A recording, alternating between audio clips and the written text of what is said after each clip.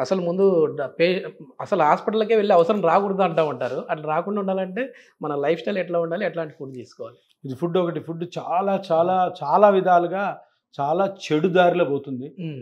దీనంతటికి కారణం ఏంటంటే ఇంక అందరూ కారణమే దీనికి. యెస్. ఎక్కడెక్కడైతే ఫుడ్‌ని హ్మ్. ఓకే. కొత్త తరహాగా కొనుక్కొని తింటున్నారు. హ్మ్. ఇప్పుడు మీరు ఇంట్లో ఏముంటది? హ్మ్. ఊరు నుంచి బియ్యం తెచ్చుకుంటాం. Yeah. లేదా ఇక్కడ బియ్యం కొనుక్కుంటాం. Mm. కందిపప్పు తెచ్చుకుంటాం. Yes. కూరగాయలు చుట్టుపక్కల కొనుక్కుంటాం. Yeah. లేదా మాంసం తినేవాళ్ళు మటన్ ఇంతే. Yeah. ఇదే మీ ఫుడ్. యెస్. యెస్. ఇంతకంటే వేరేదేం కొనొద్దు. హ్మ్. వేరేదేం తినొద్దు. Okay. ఏది తిన్నా డబ్బులు పోతాయి, ఆరోగ్యం పోతుంది. పిజ్జాలు, బర్గర్‌లు ఎప్పుడైనా ఒక రోజు తినండి. ఎప్పుడైనా వీక్లీ వన్స్ మనకేదో తినాలనిపిస్తుంది, స్విగ్గీలో ఆర్డర్ దాన్నే కానీ lunch లాగా. ఎవ్రీడే తినడం హ్మ్.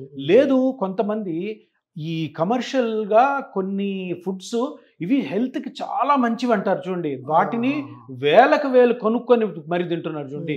వేలకు వేల డబ్బులు పోతాయి, మీ ఆరోగ్యం చెడిపోతుంది. ఎందుకంటే అది తినడంతో మనం రొటీన్గా చిన్నప్పటి నుంచి తింటున్న ఏదైతే బాడీ అలవాటైన ఫుడ్ తినరు. సో న్యూట్రిషన్ కంప్లీట్గా లాస్ అవుతుంది.